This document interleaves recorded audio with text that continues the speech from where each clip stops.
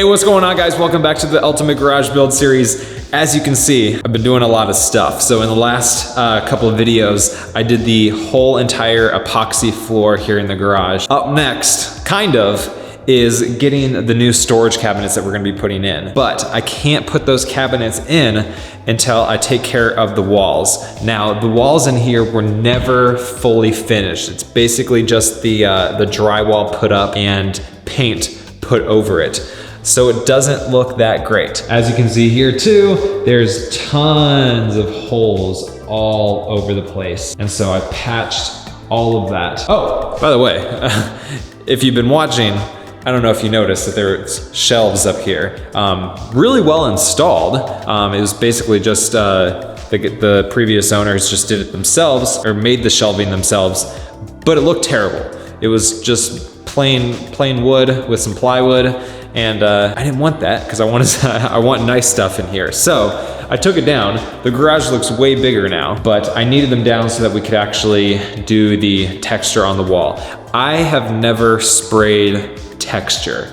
I'm gonna be doing a knockdown texture, which is you basically spray the mud onto the wall. You take a big knockdown knife and you just scrape over it. So I'm gonna be doing that. And after I do that, I can throw up some primer, I can throw up the new paint. This place will look a lot better than what it does currently. I got everything taped off, got the whole bottom of the floor covered and taped perfectly because I'm gonna be doing a spray paint on this strip of concrete. I rented this texture sprayer from Home Depot. I think it was 74 bucks for 24 hours. I've got my mix for the mud. I've got a mixing bucket to make it, and then I just pour it in and I start spraying. At least that's how simple it seems from the videos. So I'm gonna go ahead and get you guys set up, and I'm gonna start spraying.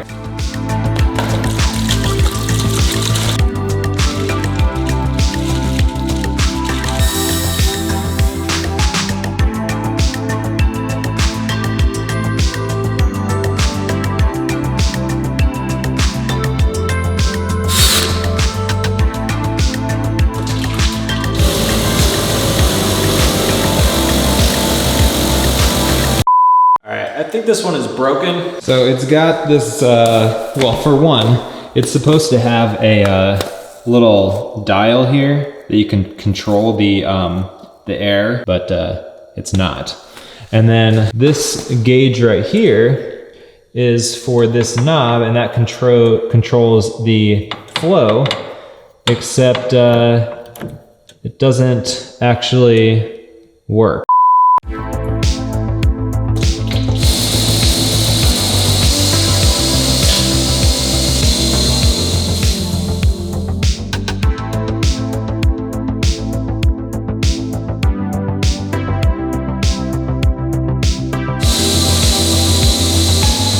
Dang, that's awesome.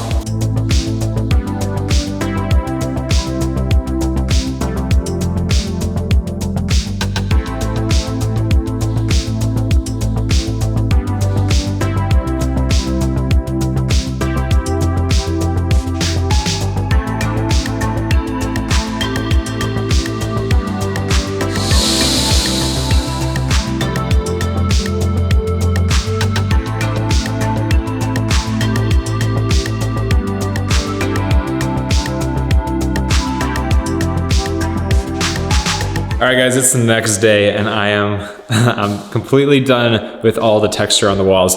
I decided to stop recording me doing the entire job for a few different reasons. One, whenever I would spray, no matter where the camera was, I had splatter getting on it, and I just didn't want to mess up my camera. Two, my hands were getting covered in the stuff, and I didn't want to keep touching my camera to move it around. But I hope you guys got a general idea of what I was doing. I got a few tips for you. Well, first of all, it looks awesome. I'm actually astonished that I actually got this to turn out looking so good. So here is, so like I mentioned, I did a knockdown texture, which is essentially you do the texture spray, and then after it's kind of settled down a little bit and it's a little bit tacky, but not completely dry, you take what's called a knockdown knife and you go over it, and it basically flattens out the tallest splatter on the walls, and you get this texture that you see here. So that's what the knockdown texture looks like. The hardest part about doing the texture, aside from the fact that I had to exchange machines because the first one didn't work, was figuring out the exact mixture to have the actual mixture be the right thickness for what I wanted, and then getting the dials adjusted right so the actual flow coming out of the gun was the right settings. So for one of these mixture boxes, and I'll have all this stuff linked down in the description for everything that I used today. This is what I used here. It's a 15-pound box, I think. And the right mixture was about 1.25 gallons of water. I think that's about where I got the best results. And what you're gonna wanna have is one of these really wide, this one's got a rubber blade. The metal ones I found were way too stiff and way too sharp. I just ended up with edges when I was scraping the wall. So this is one that I picked up at Lowe's. This is a Marshalltown one. I think it was like 22 or 24 inches wide. And it's got a rubber tip, so it's a little bit flexible, so you get a better finish. That's all done. I did the entire room. I can call it a room now because it actually looks nice. So here is this wall. I did the ceiling. I did this cross beam that's in the middle. Everything is done. But the first thing that I'm gonna do is prime and paint this wall right here, because this is where the cabinets are gonna be going. And I really want to get those cabinets in. And before I do that, while I wait for some of this to dry, is I'm gonna spray paint the bottom concrete edge that's all around the garage, because I have this taped out so I can just go in and spray. And if I do that first, then I don't have to worry about overspray onto the wall, the bottom edge of the wall, because I'm just gonna be painting over it anyways. So that's what I'm gonna do next. Then we'll move on to the prime and paint, and then finally I can get those cabinets out from the front of my yard into the garage.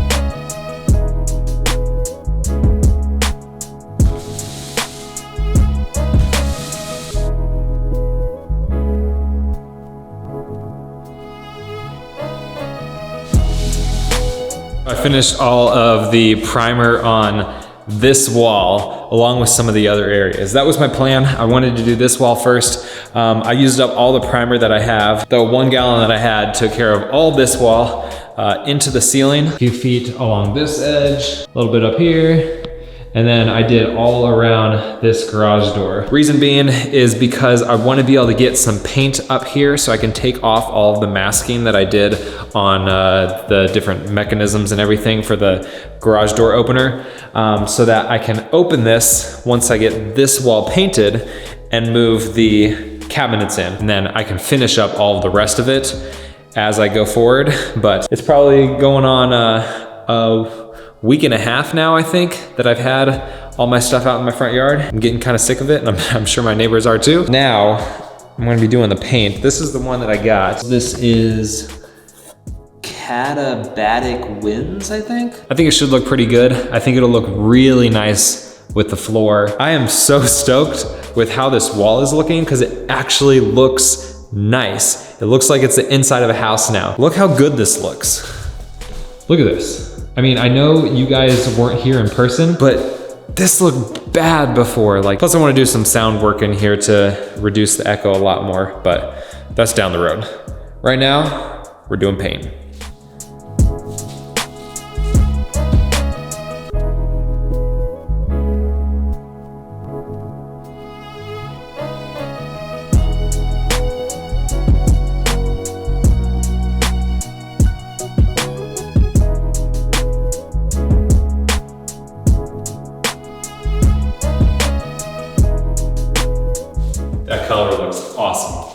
this whole area is done. I do still have to do the top edges up there. I love this color. I'm gonna be doing this door here, but I need to sand it down a little bit, but that doesn't need to be done right now. It's still wet, obviously. I'll check it in the morning. Hopefully it looks good. And if it does, I'll peel back the plastic a little bit and we can put the cabinets up. I've been waiting to put these cabinets up since they arrived. And finally, I'll have a place to put all the stuff that I currently have in boxes everywhere. So that is what's gonna happen next. I'm gonna go to sleep.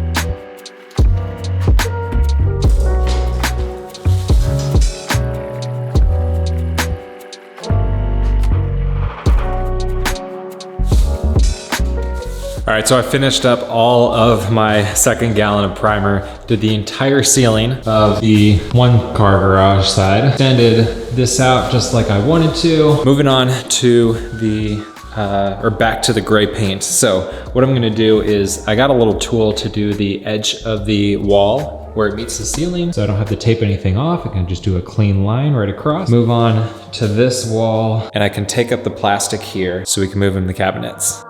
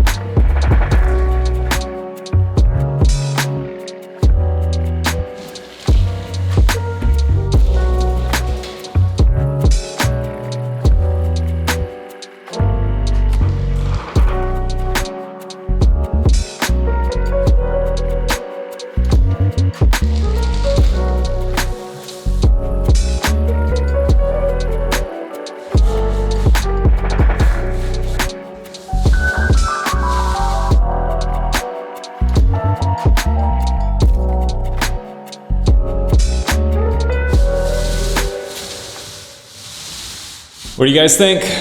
I finished this whole area. Basically, like half the garage is done. I put up all the outlet covers. Everything's reconnected there, all around. Put my circuit breaker cover up there. It is all done. Even painted the door. The floor, I mopped it. I think it looks absolutely incredible with the wall. I'm gonna get the garage cabinets in here, and tomorrow I'm gonna start setting those things up. They're gonna be going on this wall right here. See you guys tomorrow. All right guys, today we are going to be installing the garage cabinets. I got a helper here today. The man, the myth, the legend is finally back. Fry riding. We're social distancing together. Don't worry, neither of us leave our house. And yeah, we both work from home, so we never go anywhere anyways. We are alone in a garage together, and we're gonna be installing some cabinets. They're Husky cabinets, and they're the heavy duty version that Home Depot sells. Husky's a Home Depot brand, right? It's also a type of person, like me, Husky. And I have 3 Huskies. If you didn't know, I have 3 Siberian Huskies. So these are the heavy duty version of the cabinets that they sell. They're 18 gauge steel. The cabinets that I had in my old house in Austin were, I think, 22 gauge steel. They were new age cabinets. And I wanted something a little bit more heavy duty. I really liked the features that this one has. For example, inside the doors, they have, what's the slotted pegboard? Pegboard? Yeah, so it's kind of got that on the inside of the doors on the cabinets. They're super thick and they're completely blacked out, which I really wanted to do. So we're gonna be putting it on this wall, starting where that beam is on the top. And it's gonna come all the way over here and stop just short of this outlet. These are the 2 tall ones, and then we have 4 hanging ones right here. And then in the middle, we will have 3 floor cabinets. 2 of them have drawers, and they're incredibly heavy. and then one of them has the doors. You good? Oh, no. Damn. That there was no sound. But will there be a smell? Well, yeah, but I'm out of toilet paper, so we're in a lot of trouble. Oh no. If you're out of toilet paper and none of your stores have it, just buy a bidet. And then you'll just have soggy underpants all day. By the way, I painted this door. Definitely need to give it a second coat and probably will redo it because it looks terrible. On camera, you probably can't really tell. But this is 4K, so maybe you can. Got the CRF out there in the rain on the other side. But let's get to it. I'm hoping that there are instructions inside of the cabinets. They should be straightforward, but I mainly just want to see how the upper hanging cabinets mount to the wall because it doesn't really look like there's a lot of places where it may mount from, but we'll figure it out. I've got the 3 upper cabinet kit, but I have 4 upper cabinets. That's why I was confused because it comes with 2 of the lower cabinets, 1 drawers, 1 doors. In a hole. And so I bought an extra one so I could fill that space, but they've given me an extra upper cabinet. I really have no idea, but we'll figure out a place for it.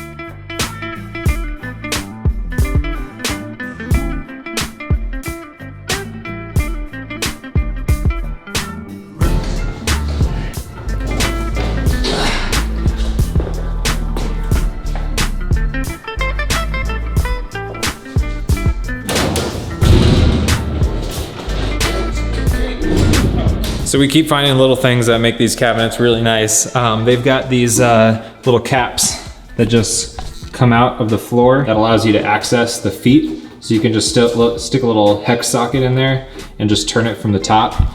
And that way you don't have to just try like reaching under the bottom and turning it by hand. We've got this in place where we want it. We've got it flush with this beam. We'll hit 2 studs, should be perfect. And then we can move forward with hanging the upper cabinets and inserting the lower cabinets. We are 2 studs, Brent. So we didn't like how we were getting it level with where the feet were. So what we did, we laid the cabinet down on that side and we brought the feet almost all the way in. So they were flush with the little skirt that's at the bottom. Once we stood it up from there, it was almost perfectly level to begin with. Just made some minor adjustments and then we moved it up against the wall. Just need to make another minor adjustment just to this side. And then this cabinet will be ready to go into the wall. Oh, that's a stud. So we got those studs lined up and we're going to... Here you go. Oh, thanks. The instructions say you don't have to drill pilot holes for these, but we did anyways just to be certain. It probably has washers for these, right? Yes.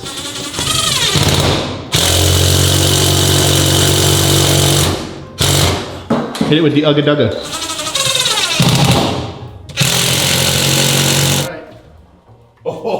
Nice.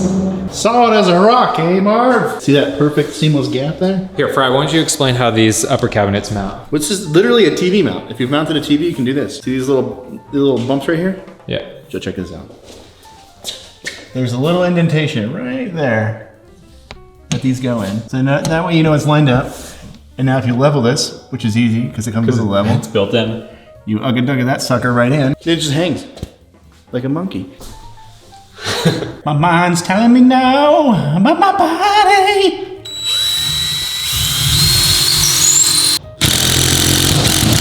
So this is gonna have that rack screwed in from the bottom and then it's gonna be screwed in from the sides from either shelf. So it's gonna be fully supported. So the level on the bracket is not mounted level. So when the level right here shows that it's level, it's not actually level because I kept looking at it and I was like, this does not look right. So I measured it, it was off. I took a step back, it was off. I put my other level on it and it was off. Fortunately, we have an extra row of holes here. We can just take this out, move it up because we need it to align with these little notches and then we can just drill into the bottom one. Okay, scratch that. We test fitted the cabinet, the hanging one up there, and it actually sits perfectly flush with the tall cabinet.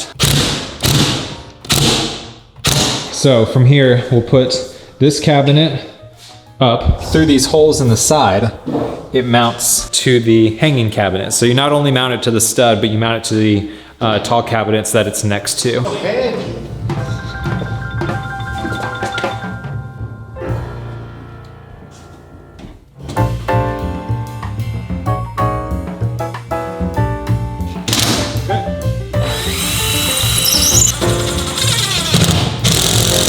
white people love saying. That ain't going anywhere.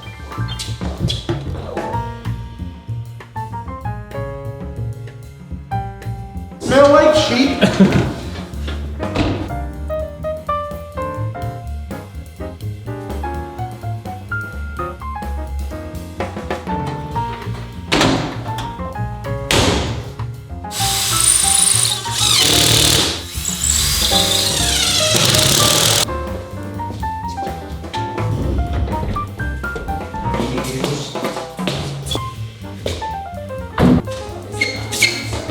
Oh, this is much better now that you get your hands under it.